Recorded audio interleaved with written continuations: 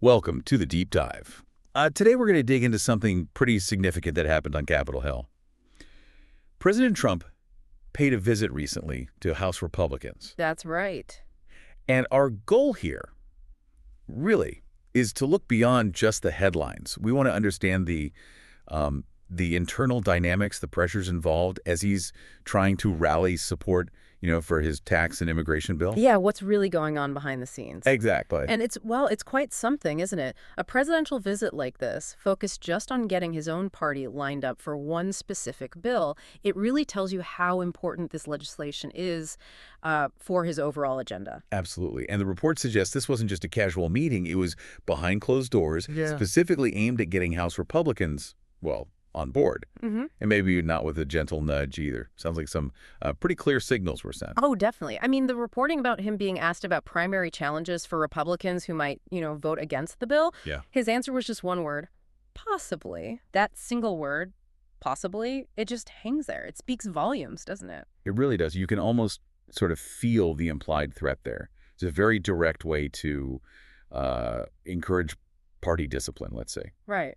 And the fact it was a closed-door meeting just with Republicans. Yeah, that suggests a certain level of frankness, maybe. Something you wouldn't say out loud in public. Exactly. A blunt conversation, perhaps.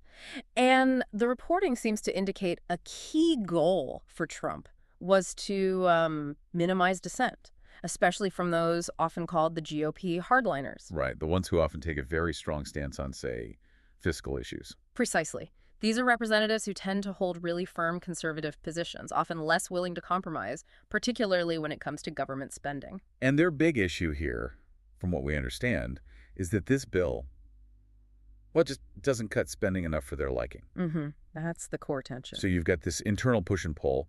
The president wants his signature bill, but a key part of his own party is saying, hold on, where are the spending cuts? And if you step back and look at the broader picture, this isn't just, any old bill.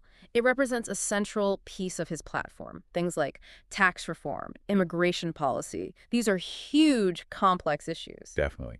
Tax bills always involve that tricky balance, don't they? Cuts versus revenue and immigration.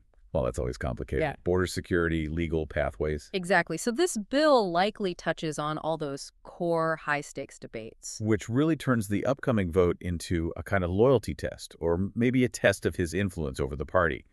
Can he actually persuade these wavering members, the ones worried about spending, to fall in line? It brings up a fascinating point about presidential power within their own party, especially when you have these ideological splits. We've seen this before, haven't we? Presidents trying to wrangle their own members on key votes. How effective is that direct pressure historically? It varies. So yeah, this wasn't just a quick stop on the Hill. It was clearly a strategic play, an attempt to lock down support for something absolutely vital to his agenda. You can really sense that tension, can't you? Yeah. Between party unity and these deeply held beliefs about fiscal conservatism. Absolutely, and it makes you think, doesn't it?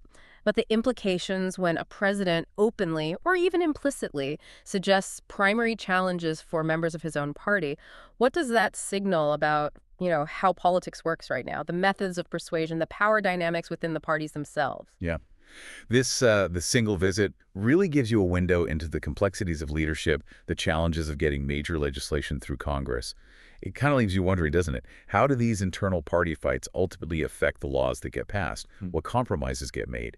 And what does it mean for the party long term?